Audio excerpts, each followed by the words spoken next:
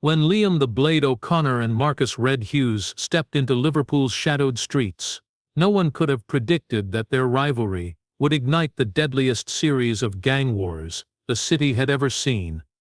31 days of crime, betrayal and blood-soaked Sabre Sundays that would change everything forever. Liverpool was no stranger to violence, but there was something different about the last Sunday of every month. Locals called it Sabre Sunday, and those who understood its meaning carried a quiet fear whenever it arrived. It wasn't just another date on the calendar, it was a ritual, a tradition born in the shadows of the city's criminal underworld, where grudges were settled not with words, but with fists, knives, or sometimes far worse. On these nights, the rules of the street were rewritten, and even the most ruthless men knew they could not escape its pull. The origins of Sabre Sunday were whispered through generations. Some said it began as a way to stop all-out gang wars, giving enemies a place to fight without spilling blood across the city every day of the week. Others claimed it was nothing more than an excuse for violence, disguised as order. Whatever the truth, the effect was always the same. Liverpool would tense up, its quiet streets hiding the knowledge that somewhere in a forgotten car park or a dimly lit warehouse, a fight was about to take place. One that could change the balance of power overnight. For the gangs, Sabre Sunday was more than just a fight. It was theater. Reputation meant everything, and to lose a straightener was to risk losing control of your crew, your territory, and your respect. Young men, barely out of their teens, were thrown into the ring to prove themselves while older, battle-hardened figures watched closely. These gatherings were never random. They were organized with military precision, spread through coded messages and untraceable phone calls. The time, the place, and the fighters were agreed upon in advance, though betrayal always lingered in the air. On the streets of Croxteth, Kirkdale, and Toxteth, whispers carried warnings. Mothers told their sons to stay inside, to avoid the pubs where talk of the fights grew louder with every pint poured.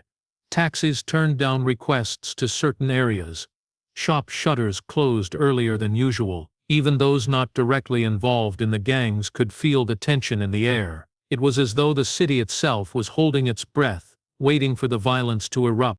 To outsiders it might have seemed like madness, grown men gathering in silence to watch others fight in the shadows. But to those within the life it was a twisted kind of order. Better one night of brutal violence than weeks of drive-by shootings, petrol bombings, and endless reprisals. The gangs convinced themselves it was a way of keeping peace. Yet every Sabre Sunday left scars that ran deeper than anyone wanted to admit. Broken bones healed, but the grudges never did. Each fight carried consequences far beyond the fists that were thrown. Winning meant more money, more power, more loyalty. Losing meant weakness, and weakness was unforgivable. By the end of the night, when the fighters were dragged away bloodied and battered, the stories would already be spreading through the estates. Who had stood their ground, who had fallen, who had looked away when things got too ugly. These tales shaped the next month of crime in Liverpool, deciding who ruled the streets until the next Sabre Sunday returned. The summer that became known as the 31 Days of Crime began quietly, almost like any other. At first the city's underworld didn't notice the pattern. A car fire in Croxteth here. A shooting in Toxteth there, isolated flashes of violence that seemed part of the usual cycle. But as the days stretched on, the incidents started to connect in ways too sharp to ignore. Each act was like a thread woven into a larger design, deliberate and merciless. By the end of the first week, it was clear something darker was unfolding beneath Liverpool's surface. The first major sign came when a block of cars was torched in the early hours of a Monday morning. At a glance, it looked like another case of arson, the kind of crime that had plagued certain estates for years. But witnesses noticed how carefully it had been done. Every car belonged to men linked to a North End crew, rivals of a newer group pushing in from the south. Nothing else was touched, no random damage, no mistakes. It was a message disguised as chaos. Soon after, shots were fired in a narrow alleyway in Toxteth. 2 men staggered away wounded, but what caught the attention of the underworld wasn't the injuries. It was the location. The alley was a known meeting point for drug runners. Whoever opened fire knew exactly where to strike. Within hours, speculation was rampant. Was it revenge for the car fires or part of something wider? Rumors painted the city with suspicion, each story darker than the last. The third week brought a midnight chase through Kirkdale. Residents reported the roar of engines as two stolen cars tore through the streets, headlights off, weaving recklessly until one slammed into a lamppost. The wrecked vehicle was abandoned, but inside, police later found machetes, balaclavas, and bundles of cash. The trail of evidence pointed to an ambush gone wrong. It was clear the violence wasn't random anymore. It was organized, structured, as if someone was pulling strings with precise intent. Word began to spread through pubs and street corners that this was not just a season of crime, but a campaign. Some whispered of a new force rising inside the city, a group powerful enough to coordinate attacks across territories. Others suspected an alliance between old enemies, bound together for reasons nobody could yet prove. For the men living in that world, paranoia became routine. Phones buzzed with coded warnings, safe houses were shifted at short notice, and even trusted allies began to feel like potential traitors. Every act of violence fed into the growing legend of the 31 days. What unsettled people most was how predictable it became. Each day, something else happened. A van burned in Everton, a house shot at in Bootle, a man beaten within an inch of his life in a derelict warehouse. The rhythm of destruction gave the impression of control, like an invisible hand orchestrating the chaos. By the final week, the city seemed to belong to the shadows. Ordinary people locked their doors earlier.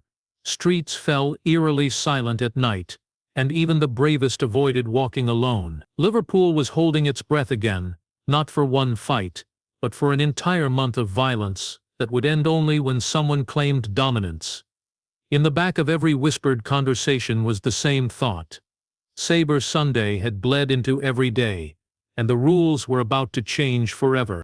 The north of Liverpool had long been ruled by one crew, men hardened by years of street wars, prison stints, and blood-soaked victories. They were feared across the estates, but fear alone was not enough anymore. Their grip was slipping, their rivals were growing bolder, and whispers of a new alliance threatened to push them out. It was in this climate that a dangerous idea took hold.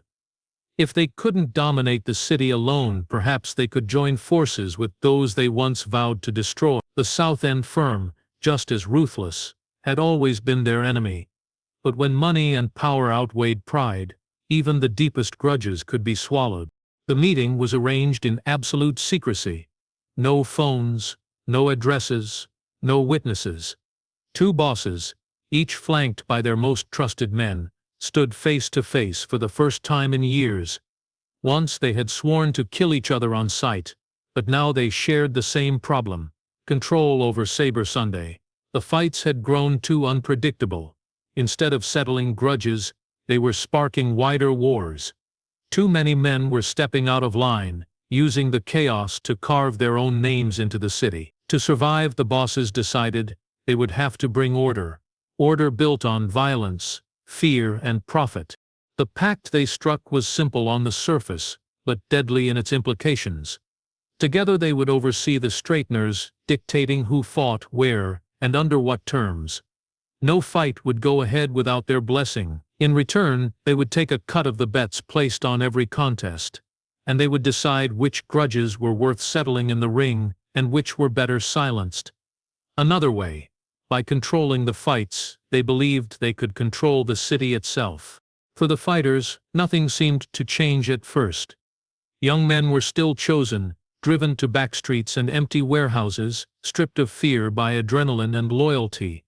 But behind the scenes, the game had shifted. Names were carefully picked, some chosen to rise, others set up to fall. The bosses played chess with real lives, moving their pieces into place one fight at a time. Victories were celebrated, but defeats were rarely forgiven. A fighter who lost too easily might vanish within days, his body discovered in some forgotten corner of the docks, a warning to the rest. Money flowed like never before. Bets were organized not just on who would win, but on how long the fight would last, how much blood would be spilled, and whether a man would leave on his feet or be carried away. The spectators, hardened criminals themselves, treated it like theater, and the bosses thrived on the spectacle. But beneath the surface, cracks began to form. The more the alliance grew, the more tension brewed. Old grudges, hidden behind forced smiles and handshakes, had not truly disappeared. Each man was waiting for the other to slip, ready to take everything for himself. The pact had been sealed in secrecy, but secrets never lasted long in Liverpool's underworld. Whispers of betrayal began to circle, rumors that one side was skimming money, fixing fights, or plotting a silent ambush. What was meant to be a union of strength was already trembling under the weight of greed and suspicion. And as Sabre Sunday approached again, the city prepared for another eruption, this time with stakes higher than ever before. The night of the broken deal began like so many Sabre Sundays before it. The air was heavy with anticipation, the kind of tension that clung to every corner of the city once the sun dipped below the skyline. A deserted car park near the docks had been chosen for the evening straightener, far enough from the main roads to avoid attention, but close enough for the chosen few to gather quickly. Word had spread quietly all week, passed through whispers and coded messages, until only those who needed to know were aware. By the time the cars rolled in, the ground was already slick with rain, the orange glow of dockside lights reflecting off puddles like broken glass. Men stood in small clusters, hoods pulled up, eyes scanning constantly. Cigarette smoke curled into the night as they waited for the fighters to step forward. The rules were simple. One man from the north, one from the south, fists only, no weapons, no interruptions. It was supposed to be clean, a demonstration of strength and discipline that would settle a score without inviting endless reprisals. Money had been placed, reputations wagered, and the city's fragile balance hung on the outcome. The fighters were ready, stripped down, bouncing on their heels, their breath visible in the cold night air. The crowd closed in, forming a rough circle. The silence before the fight began was almost sacred. Even among criminals, there was respect for the code that governed these nights. But respect has limits, and codes are only as strong as the men who honor them. Before the first punch could be thrown, the sound of an engine ripped through the quiet. A blacked-out car came screeching into the lot, tires spitting water as it skidded across the tarmac. For a second, confusion froze the crowd. Some thought it was police, others a rival crew trying to disrupt the fight. The truth arrived in the form of gunfire. The windows dropped, and flashes lit the night as bullets sprayed into the gathered men. Panic erupted instantly. Screams cut through the air as bodies scattered in every direction, the circle breaking apart in chaos. One of the fighters dropped before he could even move, blood spilling across the wet ground. Another man near the front staggered back, clutching his chest before collapsing. The car didn't stop. It circled once, firing again, before roaring back out of the lot and vanishing into the darkness. The silence that followed was broken only by the moans of the injured and the shouts of men dragging their wounded into cover. 2 lay dead where they had fallen. 3 more were barely conscious, their lives hanging in the balance. The rules of Sabre Sunday had been shattered in a single burst of violence. The very tradition that had been ripped to contain the chaos had now been exposed as fragile, meaningless, in the face of betrayal. Trust dissolved instantly. No one knew who had ordered the ambush, but everyone knew its purpose: to send a message that no deal, no pact, no code was sacred anymore. As sirens wailed in the distance, the survivors slipped away into the night, leaving behind the wreckage of the broken deal. What was meant to be an organized fight had turned into open war, and from that night forward, every man in Liverpool's underworld knew that Sabre Sunday would never be the same again. The city awoke the next morning to the shock waves of betrayal. Word of the ambush spread faster than the police could tape off the car park. In every estate, from Norris Green to Dingle, men huddled in kitchens and back rooms, whispering about who had dared to break the code. Liverpool's underworld had always thrived on trust, fragile though it was, but now suspicion poisoned everything. Every gang leader, every street soldier, every low-level runner suddenly looked at their allies as if they might have been the ones who tipped off the shooters.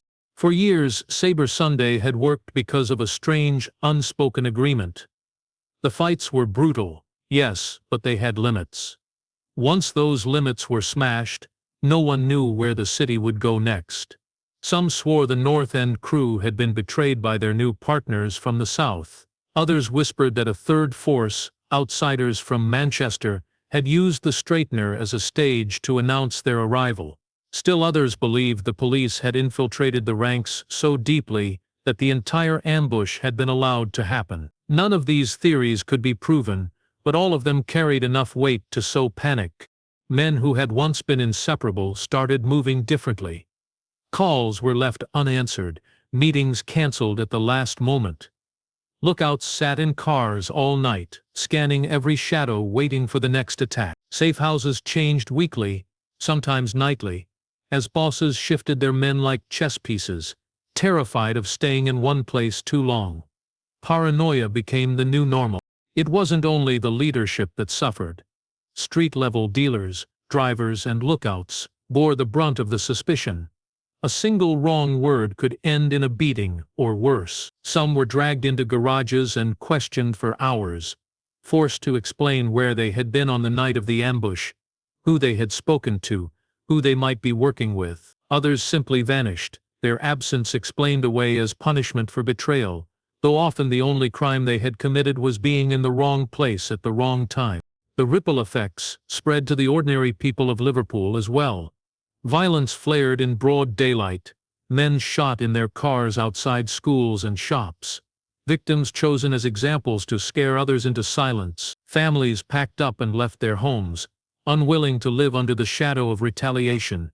Police presence in some neighborhoods doubled overnight, but it did little to stem the tide. The gangs no longer cared about being watched, they cared only about striking before they themselves were struck. Every conversation returned to the same question: who had pulled the trigger? Until that answer was found, no one was safe. Alliances that had taken years to build crumbled in weeks. The very idea of a truce became laughable. Liverpool's criminal world had been turned inside out, and the hunt for the traitor consumed every waking moment. It was no longer about money, drugs, or territory. It was about survival, and survival meant finding the betrayer before he struck again. What few on the streets realized was that long before the ambush, the authorities had already begun watching closely. A specialized police unit, drawn together quietly and operating from an unmarked office on the edge of the city, had been piecing together the fragments of Liverpool's hidden war. They had been patient, allowing the gangs to grow comfortable in their routines, collecting scraps of information from informants, intercepted calls, and late-night surveillance. Each Sabre Sunday provided more material. Faces caught on hidden cameras, vehicles traced to addresses, phone signals bouncing from one side of the city to the other. To the gangs, it all felt untouchable. To the unit, it was evidence slowly building into a net. The night of the shootings changed everything. What had once been a project of quiet observation now turned into a mission of containment. The broken deal provided a perfect excuse. The city was on edge. Violence was spiraling, and the public demanded answers. Behind closed doors, senior officers gave the order to move faster, to turn months of quiet surveillance into an aggressive push to dismantle the network. The undercover eyes had seen enough. Now it was time to act. Undercover operatives had already embedded themselves into the fringes of the scene. One worked as a driver for hire, ferrying men across town for late-night meetings. Another had wormed his way into the supply lines, pretending to broker stolen goods while secretly passing information back to the unit. Through these eyes, the police had mapped out how the straighteners were organized, who collected the bets, who arranged the fights, and who controlled the money once it was counted. Even the location of the doomed car park meeting had been known in advance, though the full scale of the ambush had taken even the police by surprise. When the raids began, they happened swiftly, almost surgically.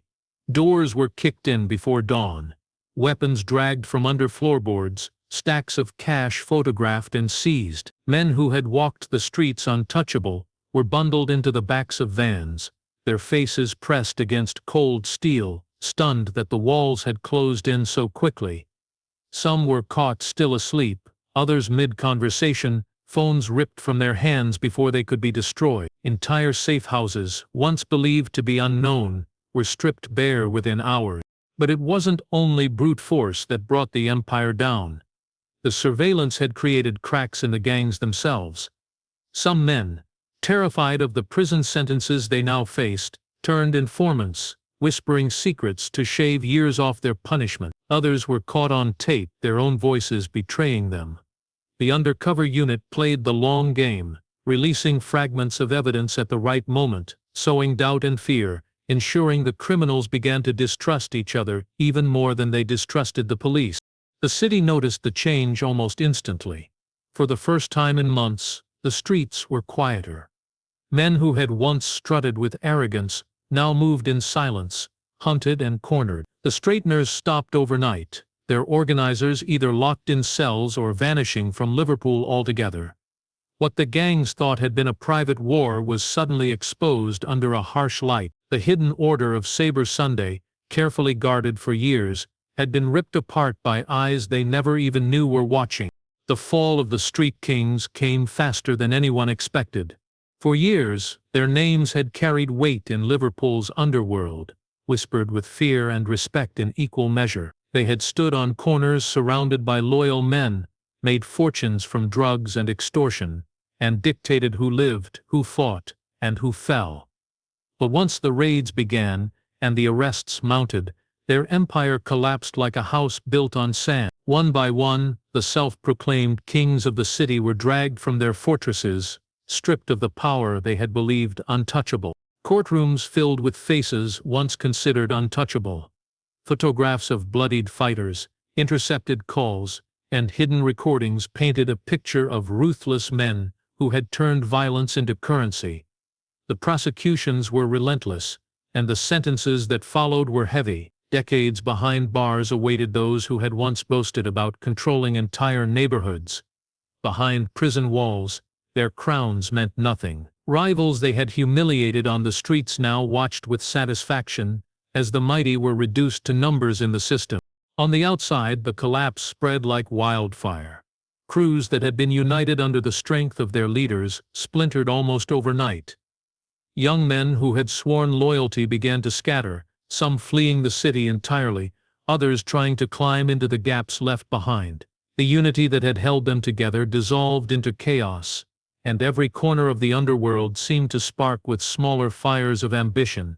Territories once tightly controlled were suddenly up for grabs, and the scramble for power made the streets even more volatile. Those who weren't arrested faced their own downfall.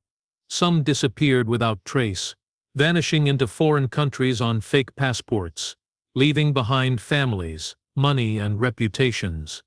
Others weren't so lucky. Retaliations came swiftly, carried out by old enemies who saw weakness at last. Bodies turned up in canals and alleyways, reminders that outside prison walls, there was no mercy for those who stumbled. The fall of the street kings wasn't just about police raids. It was about predators circling once they smelled blood. For ordinary people, the change was felt in quieter ways. The constant roar of motorbikes in the night lessened. The sight of masked men on street corners became rarer. For the first time in years, some families felt safe enough to let their children play outside again. Yet the relief was tempered with unease, because everyone knew that the vacuum left behind would not stay empty for long. Power abhors a void, and in Liverpool's history someone always rose to claim the streets. The old kings had fallen, but their shadows lingered. Their names were etched into the stories passed around in pubs and back alleys, legends built on blood and betrayal. Their downfall proved that no empire was permanent, no matter how feared its rulers once were. Yet it also left a dangerous question hanging in the air. Who would step forward to wear the crown next, and what price would the city pay for their rise? The answer, many suspected, would come with the next Sabre Sunday. Even after the arrests, the raids, and the funerals, Sabre Sunday refused to fade from memory. It became a story told in hushed tones, a legend that clung to Liverpool's streets long after the dust had settled. In pubs thick with cigarette smoke, in prison cells echoing with footsteps, in quiet conversations between men who had once stood shoulder to shoulder in the circle of a fight, the name lived on. People spoke of it with equal parts fear and fascination. To some, it was a cautionary tale of greed and betrayal. To others, it was proof that power in the city could never be tamed, only borrowed for a time before someone stronger came along to claim it. The 31 days of crime were remembered as a turning point. They had shown the city what happened when order collapsed, and when the rules that once governed violence were shattered beyond repair. What had been created as a brutal kind of structure, fights instead of wars, blood spilled in private instead of in the open, had been exposed as fragile. All it had taken was one car, a burst of gunfire, and the thin veil of control was ripped away. From then on, no one trusted the code again. For the families who had lost sons, brothers, and fathers to the ritual, the legacy was grief. They carried the weight of a tradition that had promised honor, but delivered nothing but graves and broken futures. Their voices rarely made the headlines, but their absence in the lives of children, their empty chairs at kitchen tables, told the truest story of Sabre Sunday's cost. These scars ran deeper than the gangs ever admitted, and they lingered long after the city moved on. Yet, for the next generation, growing up in the estates, the legend carried a dangerous pull. Young men listened to the tales told by older ones, who had lived through it, their eyes lighting up with a mix of pride and longing. They heard of fights that had decided the fate of whole neighborhoods, of reputations forged in the circle, of men who became names etched in local history. The cautionary tone was lost on them. What they saw was an opportunity to carve out their own place in the story, to revive a tradition that had once given power to those willing to bleed for it. Whispers began to return to the streets. Men spoke of setting up their own fights again, smaller, quieter, away from the eyes of the police. No bets at first, no crowds too large, just fists in the dark to prove a point. The same excuses were used as before. Better to fight once than to spark weeks of shootings. But beneath the justifications, the hunger for power remained unchanged. History, it seemed, was preparing to repeat itself. Sabre Sunday became legend, not because it ended, but because it never truly did. It remained in the shadows, waiting for the right mix of ambition and desperation to bring it back. And in Liverpool, where the streets have always had a memory of their own, the whispers suggested that one day the circle would form again, the code would be rewritten, and the city would once more hold its breath for the violence to come.